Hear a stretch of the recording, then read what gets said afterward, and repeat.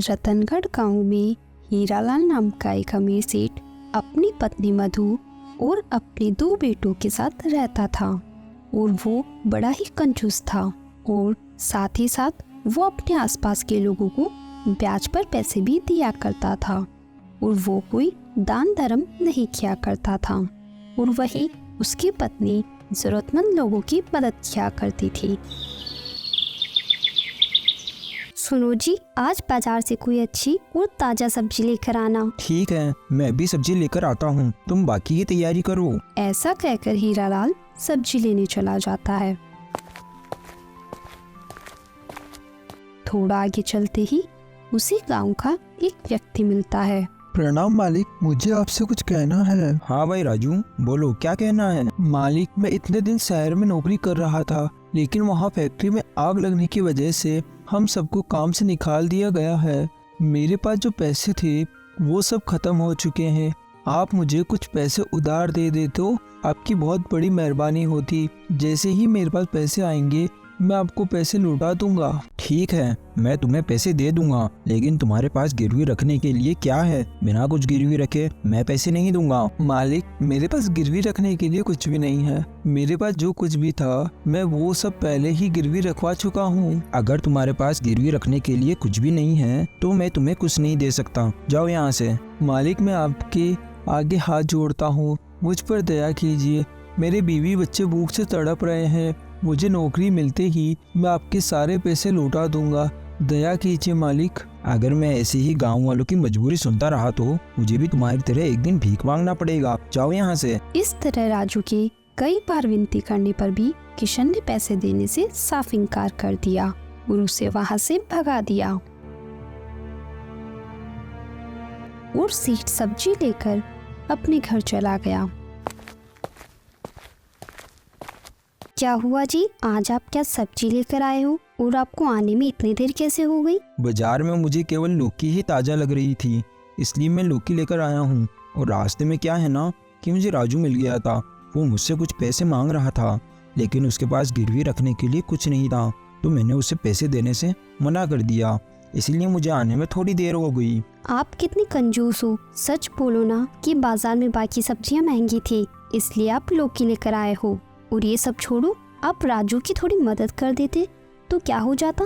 आप ये तो सोचो, भगवान ने अपन को मदद करने वाला बनाया है, तो अपन को किसी गरीब की मदद करने में क्या हर्ज है। आज आपने ये अच्छा नहीं किया। अरे कोई पैसे कोई पेड़ पे थोड़ी लग रहे हैं, मैंने भी तो ये पैसे बहुत मेहनत से कमाए हैं। अगर मैं ऐसे ही लोगों की मदद करता रहूंगा तो मैं खुद ही एक दिन रोड पर आ जाऊंगा। आपसे तो कुछ कहना ही बेकार है। फिर थोड़ी देर बाद मधु हीरालाल से छुपकर राजू के यहाँ जाती है। अरे ओ राजू, क्या तुम घर पर हो? बाहर आओ। जी मालकिन, बताइए क्या हुआ। तुम्हें कुछ पैसों की जरूरत थी ना, तुम ये पैसे रखो और अपने परिवार का ध्यान रखो। अगर तुम्हें किसी भी चीज की जरूरत पड़े तो तुम मालिक के पास मत जाया करो। आपका बहुत बहुत धन्यवाद मालकिन, भगवान आपका भला करे जो आपने मुझ जैसे गरीब की मदद करी। अरे कोई बात नहीं, ये तो मेरा फर्ज था, लेकिन तुम ये बात मालिक से मत कहना, ठीक है? चलो मैं अब चलती हूँ। फिर मधु वापिस अपने घर लौट जाती है। फिर ऐसे ही कुछ दिन बीत जाने के बाद, सुनो जी, गर्मी का मौसम चल रहा है, अपने गांव के लोगों को पानी पीने के लिए बहुत दूर जाना पड़ता है, तो मैं सोच रही थी कि अपन अपने गांव वालों के लिए पानी का कुआं बनवा दे। अरे मेरे पास इतने फालतू के पैसे नहीं हैं, इससे अच्छा तो मैं पैसे किसी को ब्याज पर दूंगा तो मुझे दुगना ब्याज तो मिलेगा। कुआं बनवाने से मेरा क्या फायदा होगा। मधु कुआं बनवाने के लिए हीरालाल को मनाने की बहुत कोशिश करती है, लेकिन हीरालाल कंजूस होने के कारण कुआं बनवाने के लिए तैयार नहीं होता। ये सब छोड़ो और तुम ये बताओ, अभी तक बच्चे फसल बेचकर घर क्यों नहीं लौटे? इससे अच्छा तो मैं खुद ही चला जाता। अरे आ जाएंगे, आप क्यों फालतू चिंता कर रहे हो। अब वो कोई छोटे बच्चे थोड़ी हैं, वो भी बड़े हो चुके हैं। और उधर दोनों भाई फसल बेचकर दोनों अपने घर लौट रहे थे। सुनो भाई करण, अपन ने जो अनाज बेचा तो उस अनाज से अपन को पूरे 20,000 रुपए मिले हैं, तो क्यों ना अपन दोनों हजार रुपए लेकर बाकी के पैसे पिताजी को दे दें। हाँ भैया, बिल्कुल सही कह रहे हो, क्योंकि पैसे पिताजी के हाथ में जाने के बाद पिताजी हमें 1 रुपया भी नहीं देते। इस तरह दोनों बातें करके अपने घर आ जाते हैं। घर पहुंचकर सारे पैसे अपने पिताजी को दे देते हैं। ये क्या, ये तो केवल 18,000 रुपए ही हैं। उसने 20,000 रुपए दिए थे ना। बाकी के पैसों का तुम दोनों ने क्या किया? क्या तुम दोनों ने उन पैसों को खर्च कर दिया? हम पैसे क्यों लेंगे पिताजी? आपसे बिना कुछ पूछे कभी कुछ करे हैं क्या? फसल से सच में केवल 18,000 रुपए ही आए हैं पिताजी। सच में पिताजी, इस बार अनाज का दाम कम हो गया है। 1 बोरी के 90 रुपए तो 200 बोरी के कुल मिलाकर 18,000 रुपए। ये क्या, उसने तो मुझे कहा था कि 100 रुपए बोरी के देगा और थोड़े ही दिनों में बोरी का 10 रुपए दाम कम हो गया। अगर पिताजी आपको हमारे ऊपर विश्वास नहीं है तो आप खुद ही चले जाया करो। आगे से हम दोनों नहीं जाएंगे फसल बेचने के लिए। अरे आप क्यों फालतू दोनों बच्चों को डांट रहे हो? ये दोनों थक गए होंगे, इन्हें थोड़ी देर आराम करने दीजिए। फिर एक दिन रात को, अरे कौन हो तुम और मेरे घर में क्या कर रहे हो? तुम अभी मेरे घर से बाहर जाओ। सेठ हीरालाल, शांत हो जाओ। आज के बाद तुमको हमारे साथ ही रहना है और मैं तुम्हें लेने आया हूँ। अरे ओ, मैं मेरा घर छोड़कर भला तुम्हारे साथ क्यों रहूंगा? मैं तो यहीं रहूंगा। सेठ हीरालाल, तुम ये बातें छोड़ दो। अगर तुम तैयार हो तो चले अपन। अब तुम्हारा यहाँ पर कोई काम नहीं है, तुम मर चुके हो। सेठ हीरालाल, मैं यमराज का दूत हूँ। मैं तुम्हें यहाँ से लेने के लिए आया हूँ, क्योंकि अब तुम्हें तुम्हारे कर्मों की सजा भी तो देनी है। क्या कहा? मैं मर चुका हूँ? मैं तो कल रात को ही आराम से सोया था। रात को अच्छे से आलू के पराठे खाया था। मैं ऐसे कैसे मर सकता हूँ? ये कैसे हो सकता है? सेठ हीरालाल, इसी को विधि का विधान कहते हैं। अब धरती पर तुम्हारा समय खत्म हो चुका है। अब तुम्हें तुम्हारे कर्मों के हिसाब से सजा मिलेगी। चलो अब यहाँ से चलते हैं। लेकिन मैंने क्या किया जो मुझे सजा मिलेगी? तुम्हें नहीं पता कि तुमने कैसे कर्म किए हैं? तुम्हें नरक में जगह मिलेगी, क्योंकि तुमने कभी भी किसी भी जरूरतमंद लोगों की मदद नहीं की। हमेशा केवल अपना ही स्वार्थ देखा है। ना कभी तुमने 1 रुपए का धर्म किया। तुम्हारी पत्नी बेचारी तुमसे कितना कहती थी कि लोगों की मदद किया करो, लोगों के लिए कुआं बनवा दो, लेकिन तुम्हें हर जगह केवल अपना ही फायदा दिखता है। जहाँ तुम्हारा फायदा नहीं होता वहाँ तुम कुछ नहीं करते। अब तुम आगे आगे देखते जाओ क्या होता है। ठीक है, तो फिर मैं मेरे साथ मेरा दिल लेकर जाना चाहता हूँ। सेठ हीरालाल, तुम अभी भी नहीं सुधरे। मैंने तुमसे कहा ना, तुम यहाँ से अपने साथ कुछ नहीं लेकर जा सकते। तुम यहाँ खाली हाथ आए थे तो तुम्हें यहाँ से हमारे साथ खाली हाथ ही जाना होगा। लेकिन मैंने तो बहुत सारा धन छुपा कर रखा है और साथ ही साथ गांव में बहुत से लोगों को ब्याज पर पैसे भी दे रखे हैं, और ये बात मेरे अलावा मेरे घर में किसी को नहीं पता। मैं ये सब बातें अपने घर वालों को बताना चाहता हूँ। आप मुझे थोड़ी देर का समय दे दीजिए। सेठ हीरालाल, ना तो तुम्हें ये लोग कोई देख सकते हैं और ना ही कोई तुम्हारी बात सुन सकता है। तुम अब हमारे साथ चलो, तुम्हारा समय यहाँ पर खत्म हो चुका है। आप मुझे बस 1 दिन का समय दे दीजिए। मैं यहाँ का सारा काम खत्म करके आपके साथ चलूँगा। बस 1 दिन दे दीजिए। तुम 1 दिन की क्या बात कर रहे हो सेठ? तुम पूरे यहाँ पर 12 दिन रहकर देख लो। यहाँ जो कुछ भी होगा तुम उसे केवल देख सकते हो। ना ही कोई तुम्हारी बात सुनेगा, ना ही कोई तुम्हें देख पाएगा।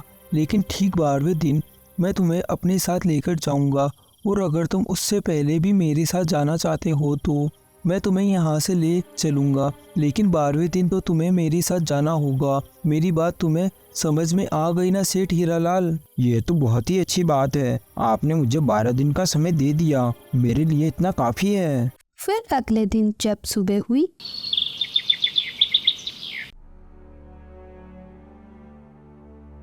अरे आज ही क्या हो गया? आज ही इतनी देर तक सो रहे हैं। सुबह के 7 बज गए, फिर भी नहीं उठे। सुनो जी, उठो, क्या हुआ आपको? उठो, सुबह हो गई। अरे अब उठ भी जाओ, 7 बज रहे हैं। अरे ये इतना उठाने पर भी नहीं उठ रहे, इन्हें क्या हो गया? अरे करण अर्जुन, जरा यहाँ आओ, देखो तुम्हारे पिताजी को क्या हो गया। फिर करण अर्जुन वहाँ आते हैं और अर्जुन अपने पिताजी का हाथ पकड़कर देखता है। माँ, पिताजी इस दुनिया में नहीं रहे। पिताजी हमें छोड़कर चले गए माँ। थोड़ी ही देर में ये बात पूरे गांव में फैल जाती है और गांव वाले सेठ हीरालाल के घर के बाहर इकट्ठा होना शुरू हो जाते हैं।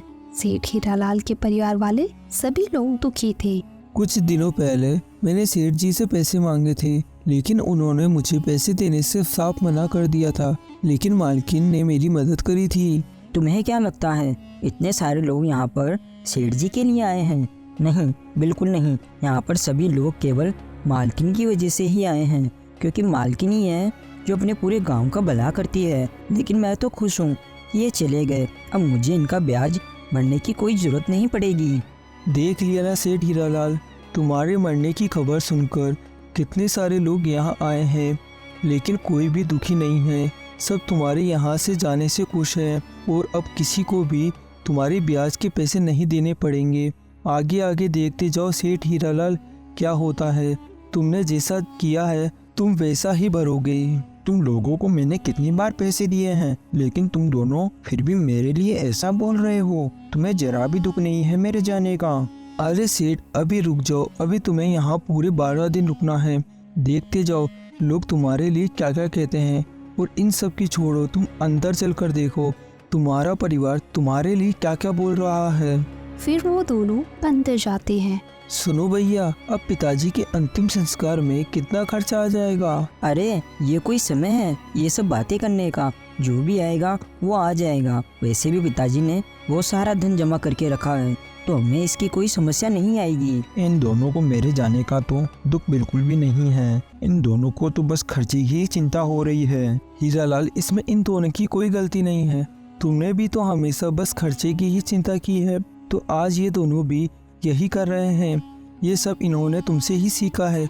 अभी तो तुम आगे आगे देखो और क्या क्या होता है। फिर सभी लोग मिलकर सेठ हीरालाल का अंतिम संस्कार कर देते हैं। फिर सभी लोग वापस अपने अपने घर चले जाते हैं। सुनो भैया, मुझे बहुत तेज भूख लग रही है। अब अपने खाने का क्या होगा? क्या अपन को आज पूरे दिन भर भूखा ही रहना पड़ेगा? अरे तुम्हें इतनी जल्दी ही भूख लग रही है क्या? पड़ोस वाली काकी को बोला है, वो भी थोड़ी देर में खाना बनाकर दे जाएगी। इन दोनों को मेरे जाने का बिल्कुल भी दुख नहीं है। इन्हें तो अभी से ही भूख लग रही है, खाने की चिंता हो रही है इन्हें। सुनो करण अर्जुन, जरा यहाँ आओ। सुनो, तुम्हारे पिताजी ने बहुत से लोगों का सामान अपने पास रखा हुआ है, तो तुम आज ही पिछले वाले कमरे को खोलकर जिसमें से जिस किसी का भी सामान है वो सामान उसको लौटा दो। लेकिन माँ, पिताजी ने भी तो उन सामान के बदले लोगों को पैसे दिए थे, तो अपन ऐसे कैसे वापस उन लोगों को उनका सामान दे सकते हैं? देखो बेटा, तुम्हें जो भी चाहिए वो सब मैं तुम्हें दे दूंगी, लेकिन तुम वो सारा सामान जिस किसी का भी हो उसे लौटा दो। ये सब मैं क्या देख रहा हूँ? मेरे मरने पर तो कोई भी दुखी नहीं है, सब मेरी बुराई ही कर रहे हैं। अरे सेठ हीरालाल, ये तो अभी शुरुआत है। ये लोग अभी तुम्हें तुम्हारी बुराई करके याद तो कर रहे हैं, लेकिन कुछ दिनों बाद तो ये लोग भूल ही जाएंगे कि तुम इनके साथ रहते भी थे क्या। इसीलिए कहते हैं कि अच्छे कर्म करो तो लोग तुम्हें याद करेंगे। लेकिन हीरालाल, तुम्हारे खाते में तो केवल सारे पाप ही पाप लिखे हुए हैं। तुमने पूरी जिंदगी में एक भी भला काम नहीं किया है। नहीं, ऐसा नहीं हो सकता। आज से मैं सब लोगों का भला करूँगा। ये सब लोग तो मेरी बुराई ही करते जा रहे हैं। मुझे माफ़ कर दो। आज से मैं सब लोगों का भला करूँगा। माफ़ कर दो, मुझे माफ़ कर दो। क्या हुआ जी, आप इतनी रात को क्यों इतनी जोर जोर से चिल्ला रहे हो? क्या बात है? फिर हीरालाल देखता है कि अभी जो कुछ भी उसने देखा वो एक सपना था। ये देखकर वो बहुत खुश होता है। अरे भाग्यवान, मैं जिंदा हूँ, मुझे कुछ नहीं हुआ। मुझे माफ़ कर दो। आज से तुम जैसा कहोगी मैं वैसा ही करूँगा, और कल से ही मैं गांव में कुआं खुदवा दूंगा और गांव वालों का भला करूँगा, और गांव में जितने को भी ब्याज पे पैसे दे रखे हैं मैं सभी के पैसे माफ़ कर दूंगा। आज से मैं बस गांव का भला ही करूँगा। भाग्यवान, तुम मुझे माफ़ कर दो। आपकी तबीयत तो ठीक है ना? आप ये क्या बोल रहे हो? आप और दान धर्म करोगे? फिर हीरालाल सारी बात अपनी पत्नी मधु को बता देता है, और अगले दिन सुबह होने पर सेठ हीरालाल कुआं बनवाने का काम शुरू करवा देता है और जरूरतमंद लोगों की मदद करने लगता है। तो दोस्तों, हमें इस कहानी से यही सीख मिलती है कि जैसे कर्म हम करेंगे वैसा ही फल हमें मिलेगा, और यही जीवन का सत्य है। सेठ ने अपने सपने में पूरे जीवन की सच्चाई जानी कि उसके जाने के बाद लोग उसके बारे में क्या क्या बोलते हैं।